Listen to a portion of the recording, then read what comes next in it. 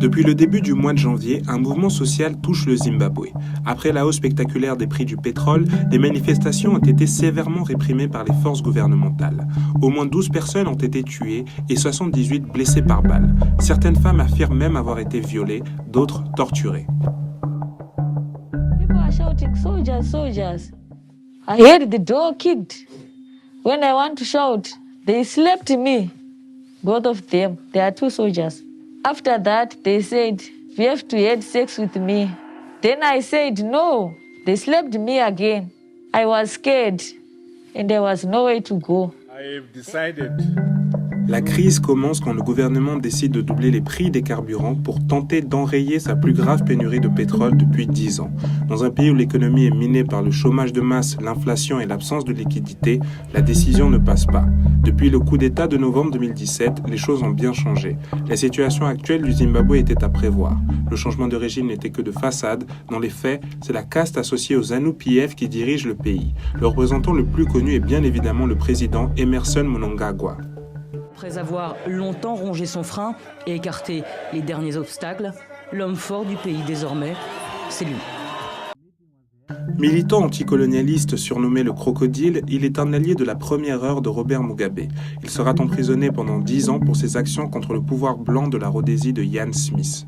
Durant les 37 ans de pouvoir de Robert Mugabe, il sera tour à tour, et préparez-vous, ministre d'État en charge de la sécurité nationale, ministre de la justice, de la légalité et des affaires parlementaires, président du Parlement, ministre du logement rural et des équipements sociaux, ministre de la Défense, vice-président et dans le même temps ministre de la justice, de la légalité et des affaires parlementaires encore une fois, président et premier secrétaire du ZANU-PF et enfin président de la République.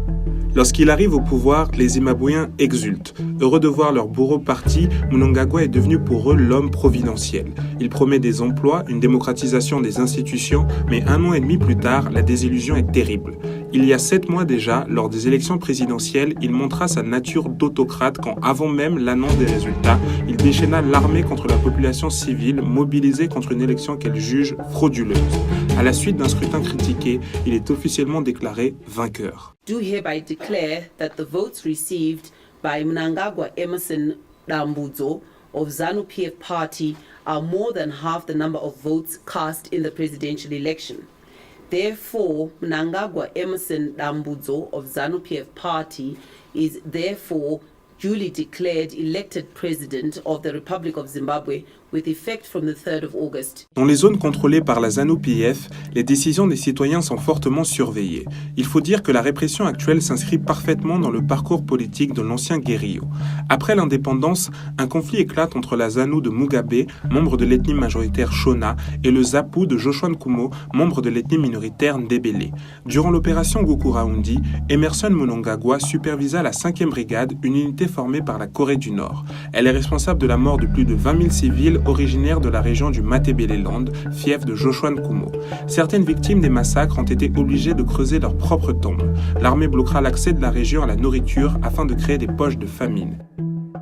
Emmerson Mnangagwa nie avoir eu connaissance de ces atrocités. The man's hands are tied behind his back. Yes. Tied with wire. I have never witnessed that. I've never heard about it, except to read it from the press. I've never, that time I have had any complaint of that nature reaching headquarters. À la fin des années 90, Mnangagwa profitera de l'intervention zimbabwéenne lors de la Deuxième Guerre du Congo pour piller les mines de diamants et d'or du pays. Il est aussi accusé de s'être enrichi grâce aux diamants présents dans les mines de Marangwe au Zimbabwe. Les populations environnantes, dont des enfants, sont obligées d'y travailler sous peine de risquer leur vie. En 2008, des opérations militaires effectuées dans les villages proches des mines ont coûté la vie à 200 personnes d'après un rapport de Human Rights Watch. 10 ans plus tard, une manifestation organisée contre le travail forcé dans ces mines a été sévèrement réprimée par l'armée. This was the grave where, the mass grave where 85 people were buried. Right. Yes. Il est clair aujourd'hui qu'Emmerson Mnangagwa n'est pas l'homme du changement. Le 16 janvier, le pasteur Evan Mawarire, figure du mouvement de contestation sociale qui a touché le pays en 2016, a été interpellé pour avoir, selon le gouvernement, incited violence through Twitter and other forms of social media, particularly in the Central Business District. Lorsqu'il sort de prison, il témoigne des horreurs auxquelles il a assisté.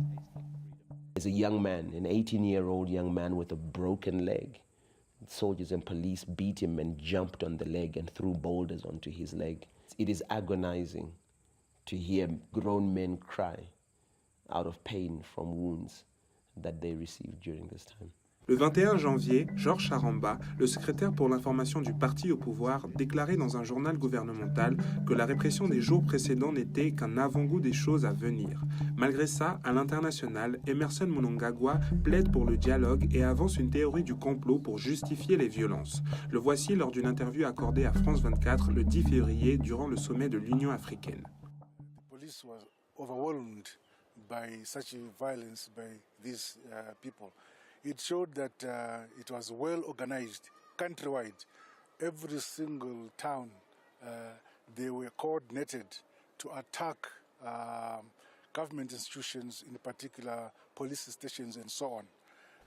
Vous l'aurez compris, le chemin est encore lent pour la liberté au Zimbabwe.